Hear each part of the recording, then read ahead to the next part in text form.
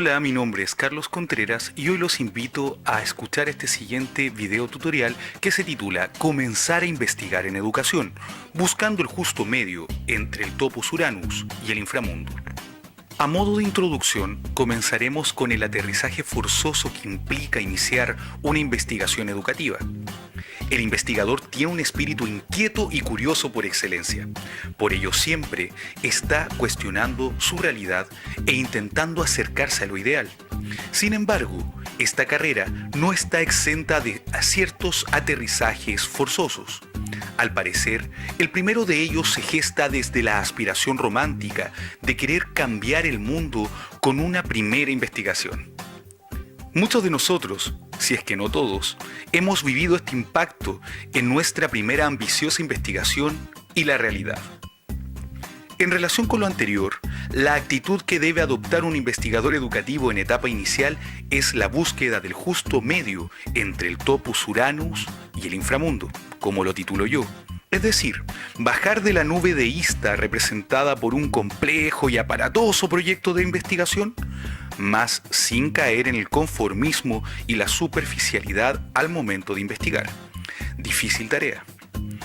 Podrán decir que al aceptar esto, estaremos desanimando a las generaciones de investigadores que empiezan en la carrera doctoral.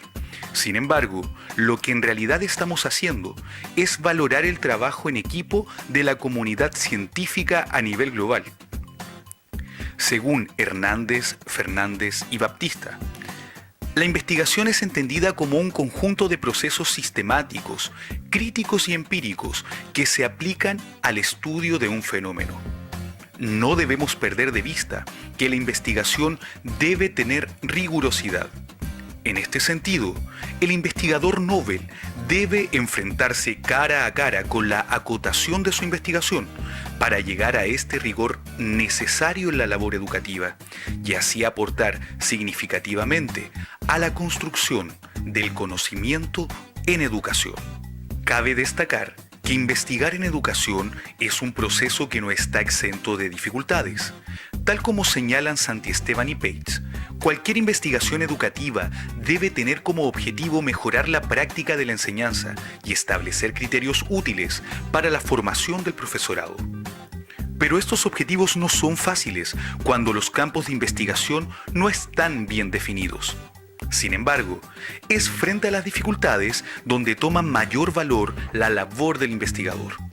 Si te has trazado un camino, debes solucionar los obstáculos rigurosa y sistemáticamente. En este sentido, el objetivo del presente tutorial es describir y esquematizar algunas de las bases de la epistemología, la fundamentación y el diseño en la investigación educativa, considerando los procesos que vivimos los investigadores, tanto en etapa inicial como investigadores expertos que inician una nueva investigación. Hablemos ahora de epistemología, el motivante desafío de construir conocimiento. Según Gairin, cabe superar la distinción categórica y artificial entre lo objetivo, o sea, lo observable, y lo subjetivo, lo no observable, entre la realidad social y el lenguaje utilizado para describirla. Esto nos recuerda que la construcción del conocimiento es una tarea compleja. Sin embargo, si desde un comienzo se tiene una panorámica general de los tipos de enfoques de investigación, lograremos comprender, por ejemplo, que el paradigma positivista, también llamado científico racionalista o tecnológico, satisfizo las necesidades de conocimiento de una década determinada. En los años 70, era la metodología cuantitativa la que tenía una hegemonía en las investigaciones. En esa época, los investigadores buscaban descubrir leyes universales. En este enfoque, la realidad es independiente de las personas y se buscan modelos ideales para contrastar la realidad. En relación con lo anterior, nos planteamos la siguiente pregunta. ¿Tenemos las mismas condicionantes contextuales y necesidades de investigación que en los años 70? Al dar una respuesta negativa a esta cuestión, surge una oportunidad de decisión que debes tomar para direccionar tu investigación. ¿Qué enfoque es el más apropiado para desarrollar el proyecto de investigación que me he propuesto? ¿Sociocrítico o interpretativo simbólico? otros paradigmas emergentes? Probablemente esta tarea la harás mientras acotas tu pregunta de investigación, que se verá afectada por el efecto bola de nieve a la inversa. Es aquí donde la ontología se convertirá en tu brújula. Tal como señala Gairin, la dimensión ontológica conduce a la epistemológica, que a su vez condiciona el uso de metodologías concretas y las técnicas que se obtienen para la obtención de información. En este sentido, debes tomar buenas decisiones desde un comienzo para dar agilidad a la ejecución de tu proyecto de investigación. Por ello, es recomendable realizar un mapa conceptual de la temática que se desea investigar, basado inicialmente en la lectura de manuales y libros, de manera muy general. Esto es como un mapa conceptual que se va a ir ramificando desde los conceptos que te interesan investigar. Este ejercicio aclarará cuando la investigación se está acercando a una temática de investigación mucho más acotada y mostrará ramificaciones sobre tu posible línea de investigación. El debate entre metodologías cualitativas versus metodologías cuantitativas y su relación con la hipótesis es otro de los tópicos confusos que existen en investigación educativa, dada la complejidad de la realidad a investigar, revisada hace un momento. Respecto de esto, Tolchinsky señala que en la investigación cuantitativa es necesario formular un conjunto de hipótesis a partir de la pregunta de investigación, mientras que en una investigación cualitativa el planteamiento es diferente, pues la etnografía se ocupa de la experiencia tal como es vivida, sentida o transcurrida. El mismo autor propone investigar durante un cierto periodo, preguntando, recogiendo expresiones, documentos y a partir de esa participación llegar a la formulación de hipótesis en el caso de las interpretaciones cuantitativas. Sin embargo, lo anterior no impide que puedas utilizar una metodología mixta en la investigación que quieras desarrollar. El problema de investigación determinará siempre cuáles son los métodos más adecuados para la recogida de datos en la investigación por realizar. Otro aspecto que no podemos obviar es el necesario estado de ataraxia o estoicismo que debe tener el investigador frente a su proceso de investigación. En nuestros días, toda investigación, de manera parcial o total, queda cubierta bajo el manto del paradigma de la complejidad. Los centros educativos, como espacios de investigación, son reflejo, a veces difuso, de una sociedad que está en constante cambio y dinamismo. En relación con lo anterior, el paradigma de la complejidad hace referencia a esa complejidad que subyace a todo fenómeno educativo, la que entrega múltiples oportunidades de investigación según Gairin. Esto es sumamente motivante, pues existen diversos elementos de la realidad educativa esperando ser investigados. Por ejemplo, los profesores siempre son sujetos de investigaciones educativas, pero existe escasa investigación en torno al personal no docente o non-teaching staff de un centro escolar. Imagina todas esas interesantes variables intervinientes que aparecen en este nuevo escenario de investigación. Hablemos ahora de fundamentación, cimentando nuestra investigación. Luego del aterrizaje forzoso que significa acotar el proyecto de investigación y asumir la complejidad de la realidad por investigar, ya estás en condiciones de formular una pregunta de investigación tentativa. Esta pregunta será una guía para tu investigación y por ello debe ser clara, precisa, concisa, unívoca, factible, realista, pertinente, comprensible y sin tintes moralizadores o filosóficos. Someter nuestra pregunta de investigación a diversos filtros es asegurarnos de que una de las guías claves de la investigación está funcionando bien y que posee la claridad necesaria para defenderla frente a la comunidad científica.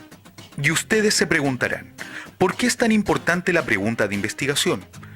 Lo que nos dicen Salah y Arnaud respecto de esta cuestión es que las preguntas de investigación orientan la formulación de objetivos y todo el proceso de toma de decisiones en el diseño de la investigación, el análisis de datos, la redacción y discusión de los resultados y por supuesto también de las conclusiones. Cuando hayas logrado llegar a la formulación de una pregunta de investigación, que es todavía modificable durante el proceso de investigación, estaremos en condiciones de indagar detalladamente en fuentes de información especializada para seguir agregando más ramificaciones a nuestro mapa de la temática del que hablamos anteriormente.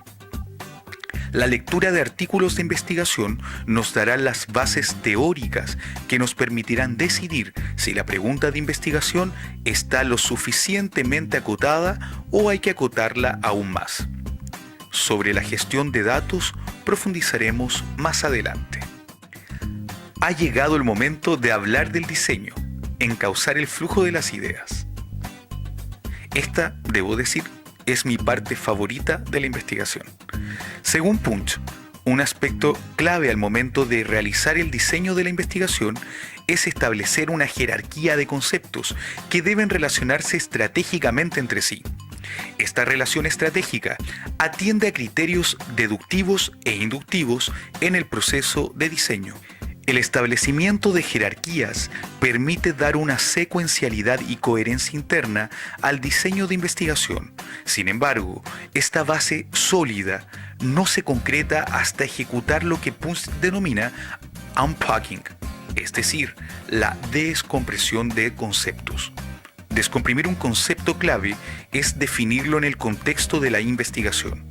Con lo anterior, estarás avanzando en las keywords o palabras clave de tu futuro artículo científico y consolidando tu marco teórico conceptual. Por otra parte, el investigador también debe velar por la validez interna y externa de su investigación. Debemos recordar que la coherencia de la investigación es la que hará que se perfile como un aporte al conocimiento científico. Lo anterior nos da luces de que el proceso de investigación, tanto en educación como en todos los ámbitos, no es un proceso lineal. Muy por el contrario, nos invita constantemente a volver al inicio, generando procesos iterativos de revisión de lo que hemos avanzado en el proceso de construcción de conocimiento. De hecho, este texto, este podcast, este tutorial o como tú le quieras llamar, es una propuesta no lineal y modificable del inicio de una investigación en educación. Hablemos ahora acerca de gestión de datos, dónde buscar información para nuestra investigación. Cuando llegues a este punto, te encontrarás con mucha información que querrás depurar. Aquí llegarás con una pregunta en tus manos y un esbozo de marco teórico conceptual que tendrá que pasar por la prueba de los gestores de información. Debes recordar que existen dos tipos de fuentes de información. Las fuentes primarias, donde encontramos libros, revistas, diccionarios, entre otros ejemplos, y las fuentes de información secundarias, que son las que citan a las fuentes primarias. Según tu investigación, deberás decidir qué fuentes son más convenientes para ti. Las fuentes de información más usadas para efectos de investigación son los catálogos y las bases de datos. Los catálogos están asociados a una biblioteca. Existe un predominio de las monografías y además poseen información de un amplio rango temporal. En cambio, las bases de datos no están asociadas a ninguna biblioteca. Existen un predominio de artículos científicos en estas bases de datos y además presentan información más actualizada. Es recomendable usar los catálogos en una exploración inicial y luego, cuando la pregunta de investigación se encuentre definida y acotada, podemos usar las bases de datos para consolidar nuestro marco teórico basándolo en papers o artículos de investigación. Además, debemos mencionar que en las bases de datos tendrás acceso a los documentos completos que deseas consultar para tu investigación. Algunas de las bases de datos más usadas son ERIC, ESOC, Easy Web of Knowledge, Oxford Journals, Teacher Reference Center, motores de búsqueda que te voy a dejar recomendados en la descripción de este video. Sin embargo, antes de comenzar a revisar las bases de datos, se debe establecer una estrategia de búsqueda. Para la elaboración de tu estrategia de búsqueda, te recomiendo en primer lugar definir qué se necesita buscar. Luego, definir qué fuentes de información son las más pertinentes. Luego de ello, establecer términos de búsqueda y relaciones entre los términos o conceptos, para finalmente establecer grados de pertinencia exhaustiva entre los conceptos. Es importante también que aprendas a ocupar los buscadores booleanos and, not y or, y fijarte en el idioma de la base de datos, que son elementos clave para poder tener una búsqueda exitosa en estas herramientas tecnológicas que han aportado significativamente al desarrollo de la investigación, entregando facilidades de acceso a la información. A modo de conclusión, te dejo también algunas interrogantes. Debes saber que el espíritu inquieto y curioso del investigador en educación, y probablemente en todas las áreas del conocimiento, es parte de su esencia y es el mayor bien que posee para las tareas que vienen por delante. Una recomendación importante es escuchar a los que saben. Escucha a tus profesores, a los investigadores con mayor experiencia y selecciona críticamente lo que te sirva, que te puedan entregar. Recuerda que cada persona es un mundo y te va a entregar su visión de lo que es la investigación, tal como lo estoy haciendo yo también en este podcast tutorial. Ellos también tuvieron su aterrizaje forzoso en algún momento en su etapa inicial como investigadores y pueden orientarte, mas no pueden solucionar todos tus problemas, pues las decisiones finales las tomarás tú como investigador. También debes considerar que tu investigación será una colaboración dentro de muchas otras a la construcción del conocimiento. Lo anterior se vincula directamente con el trabajo en equipo global como factor clave en los investigadores. En este sentido, también es importante que expongas tu investigación a la crítica para que otros ojos puedan detectar ambigüedades e irrealidades que no necesitas en tu investigación. Siempre que uno realiza una investigación piensa que es perfecta, que está todo en orden, que no tiene errores ni márgenes de error. Sin embargo, es importante someterla a la crítica y formar también esa capacidad receptiva de poder tomar lo que te sirva de todo lo que te entreguen las personas a las que les confías esta crítica también. Finalmente, en el presente podcast tutorial queda expuesto parte importante del rigor y de la sistematicidad del proceso de investigación en educación, y es por eso que cabe plantearse algunas interrogantes. Si la investigación educativa es un proceso riguroso y sistemático, ¿por qué las investigaciones en educación todavía no tienen el impacto que deberían tener? ¿Por qué se tarda tanto la transferencia de la investigación educativa en llegar a los centros educativos y sus aulas?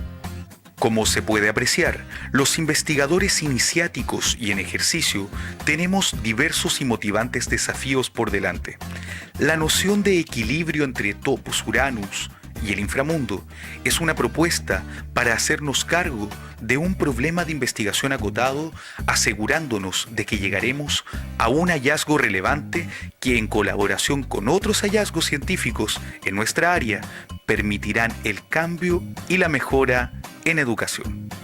Recuerda que en la descripción de este video encontrarás algunos datos importantes respecto de motores de búsqueda, algunos otros elementos o recursos que sean necesarios de marcar y por supuesto también tendremos la bibliografía y referencia que utilicé para realizar este podcast tutorial. Espero les sirva mucho, un abrazo cordial y sigamos investigando en educación porque esto es lo que nos conducirá al cambio y a la mejora en educación.